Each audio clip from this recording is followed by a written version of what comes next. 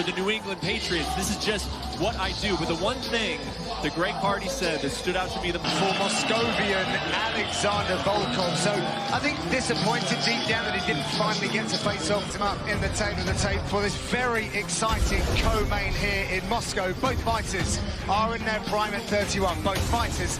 One defeat and one no contest. Fighting out of Coconut Creek, Florida, USA. Here is the Prince of War, Greg Hardy!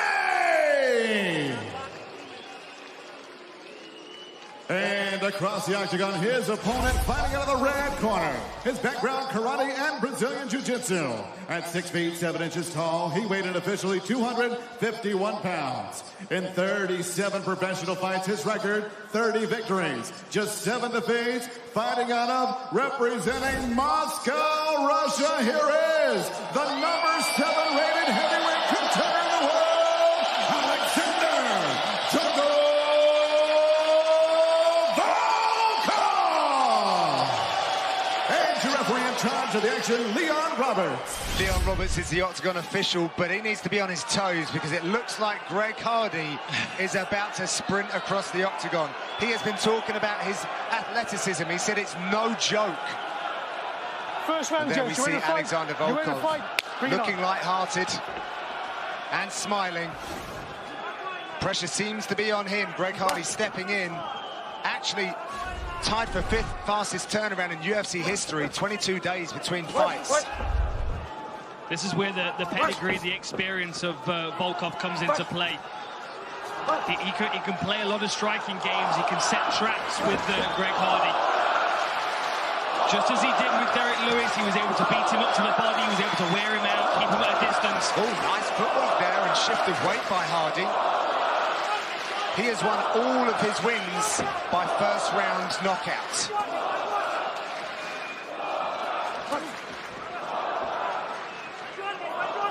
Alexander Volkov with that karate base. Oh, left hook there. Nice jab from Volkov.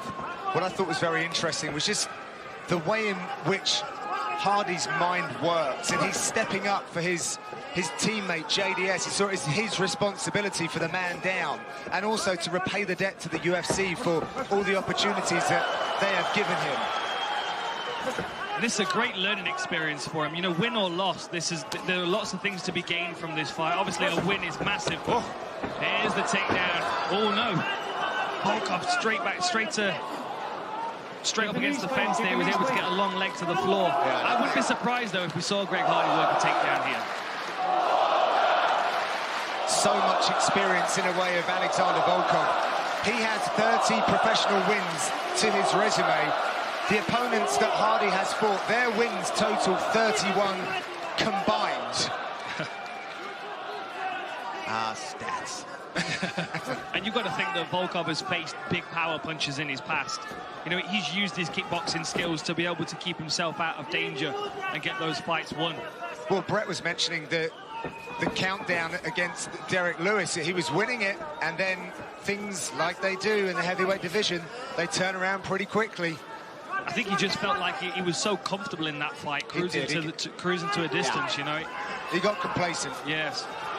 And I think the difference between Derek Lewis and Greg Hardy is that Derek Lewis and Greg Hardy both punch like a truck, but I feel like Greg Hardy's probably going to be able to cover distance much quicker. Well, Hardy's been, well, he's had a few views on the power of Derek Lewis recently as well. Volkov is such a respectful martial artist. And you see, I mean, to his credit, Hardy already looking much more calm in there, relaxed, pumping the jab out there, and showing a lot of patience. I mean, you know, this is not the Greg Hardy we saw in the Contender Series. This is not the one we saw in his debut. It's just much more patient. He's not hunting just a knockout blow, but I think he would benefit from a little more of that to try to throw off Volkov. The longer this fight goes, the more Volkov's going to get into his own rhythm and be able to figure him out. 7 professional fights for Greg Hardy, and he's in the co-main event on enemy territory in Moscow. A lot of talent. He spent his life as a professional athlete. he believes he can move like no one else in that division. He hasn't really thrown too many looping overhands either. Just kind of pumping this jab out there, a couple leg kicks. Nice stiff jab there from Volkov. Hardy's, the occasion doesn't seem to have gotten to him either. He's settling right into this battle. I think there's also a peace of mind knowing that he is taking this fight on short notice against a guy that's got so much more experience than him. So there is everything to gain and nothing to lose, really.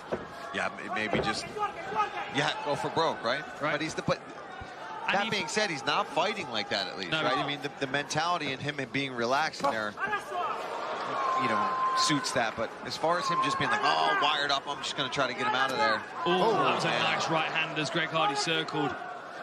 And something that Brett mentioned on the walkouts as well, which I think is key to remember. Oh, nice left hook there. Oh, two big left hooks.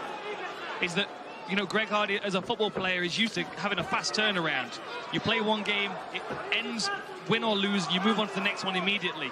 I would imagine that the fast turnaround is much more suitable for an athlete of his mentality.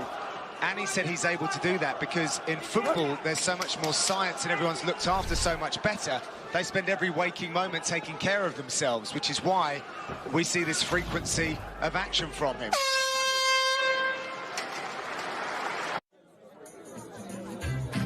We are just about to head into the second round. Big smiles from both fighters, but Dan, we saw there's a very significant piece of information that we learned from Greg Hardy. Yes, his right hand is injured, which is a big problem for him, knowing full well that the big right hand over the top is his key to winning this fight. Now, that doesn't necessarily mean that the fight's not winnable for him, because as a powerful athlete, he's got other weapons that he can utilize. But his most comfortable weapon is somewhat disabled, which is an issue for him to work around. It's going to test his adaptability as a mixed martial artist.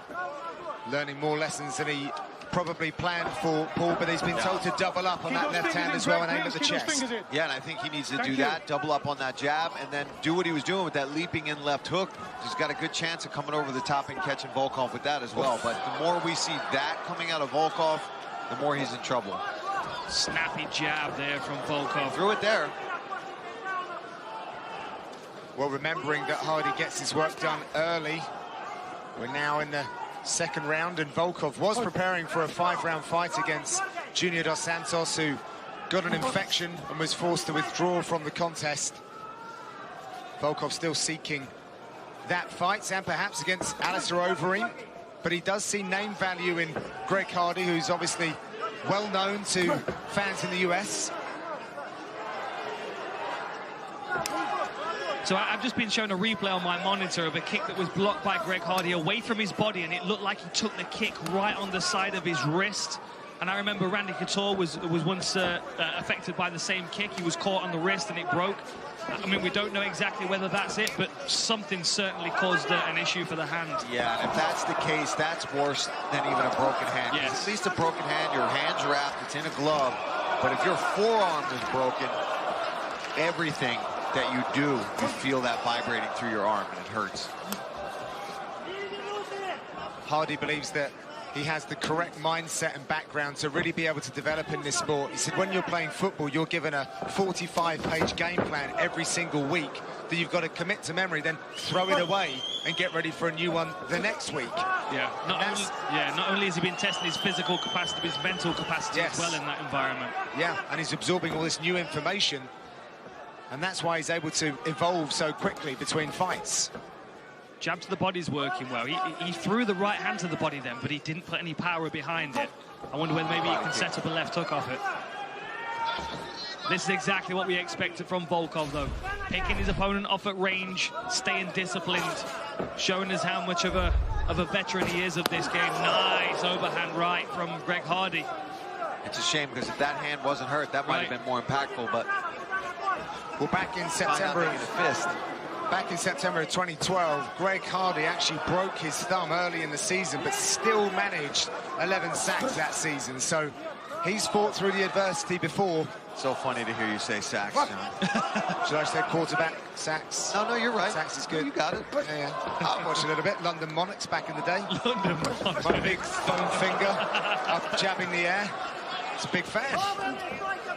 That Peter Griffin played for the London Monarchs, didn't he? Had the coat and everything. Anyway, Nice. lovely front kick. I love the way Volkov uses straight attacks. Yeah, and he does go so well to the body, especially with his kicks. And you could see the effect that those body kicks had on Derek Lewis in that fight, even to the point where Derek Lewis was doubled over with his hands on his knees up against the fence. Volkov has had Sergey Pavlovich in camp, who's got a similar kind of build to Hardy, and obviously a very successful mixed martial artist. Got a big win out in Singapore a couple of weeks back.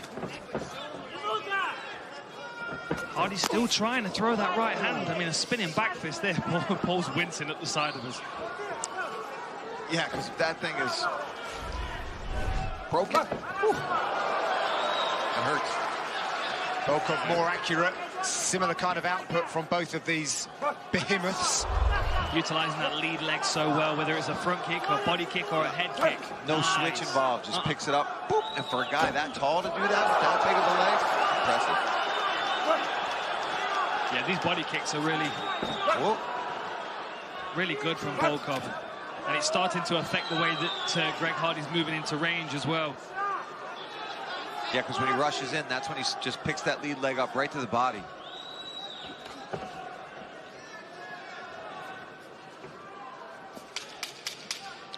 Last 10 seconds. But we're going to follow Greg Hardy back to his corner and see if he gives us any clues about his injury.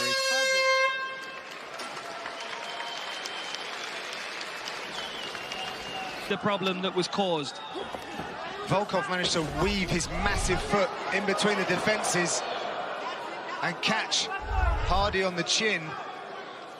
Hardy coming out at least aggressive here in this third round. He knows he's got to bite down, get in there, and try to make something happen. Whether your hands hurt or not, if you're still in this fight, you got to get in there and throw. Well, he's in the third and final round, which is Alexander Volkov, yeah. the number 7 heavyweight in the world. There's an eye poke there. That was a knuckle, that was a knuckle. Apparently not, apparently a knuckle. Doesn't matter though, Greg Hardy still wants to keep going. Yeah, good point. Good jab by Volkov. Spearing jab through the guard. I really enjoyed his fight with Stefan Struve, which we called. Nice angle change there from Volkov. Slips off to the side, lands his own strikes. He can work on a process of attrition sometimes, Volkov. I do believe that he does better over 5 rounds these days. But he just breaks people down.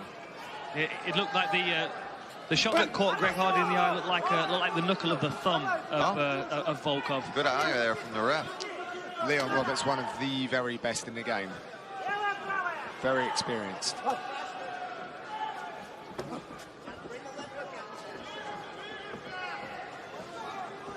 You guys are talking about maybe a takedown from Hardy. Is that something that you still maintain he should try and do, or would the right hand, being the way that it is, just not be a good idea because he's always going to lose power on that side? I thought he might come out and try and work a takedown early just for the surprise factor of it, but I think with the right hand being hurt, he's far more likely to maintain this kind of pace on the feet and just try and land that clean left hook.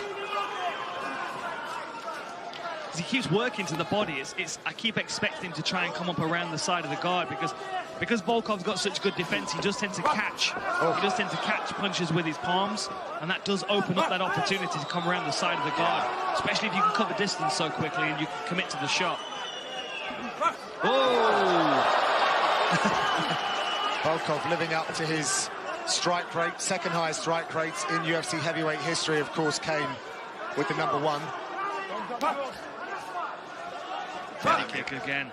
Just pick it. Got to go for it here. But with that, you know, I'm curious to find out what the injury is to the arm or hand or what's going on, because he really has not thrown much of that right hand at all in this fight. He's disguising it well, though, because Volkov hasn't. I don't think Volkov can see that this is a problem for him. So sharp with his straight punches is Volkov. I always like to see a fighter that's got a height and reach advantage really utilize it to the best of their ability. So often we see the taller guys, particularly at heavyweight, get closed down very fast. Yeah, they just oftentimes fight to the size of their opponent. If they're shorter, end up fighting in that closer range. It's a bad habit for some tall guys.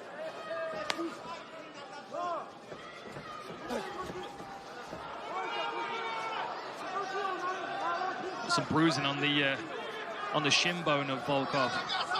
There's some swelling as well. Oh! The dexterity of that lead leg is incredible. Yeah. It's a lot of leg to lift up and flick out. I'm going to find a can of Monster Energy drink after the show and see if we can kick it off your head, Paul. Yeah. Let's do that. I'll bet he can. I trust him. I know. The interesting thing was I actually visited Volkov this camp in Moscow, and the cage that they've got in that gym is about 20 times smaller than what we see in front of us. It's like he throws a jab and it's hitting the other side of the fence. Another beautiful body kick from Volkov. No chamber, just, no switch. Does chamber. Oh, what was that, the mouthpiece? Something went flying out of the octagon. Yeah, I'm not sure whether it was tape. Was it tape? Tape. It would have been much more dramatic if it was a mouthpiece. It would, John. You mean gum shield? I don't know what you mean. Greg Hardy's trying to get fired up here, but Volkov's just so accurate, so consistent with his striking. He's picking him apart from the outside. And what this does, I mean, 20 seconds left, you've got to feel like Volkov's running away with this decision. Oh, lovely stutter step there from Volkov to land that jab. What this does for Hardy is it shows him where the level is at heavyweight in the top 10. This is great for him to go back to the gym and go, okay, I know the level I need to raise my game to now to compete with these guys. Yeah, this definitely not a lost cause there for Greg. No.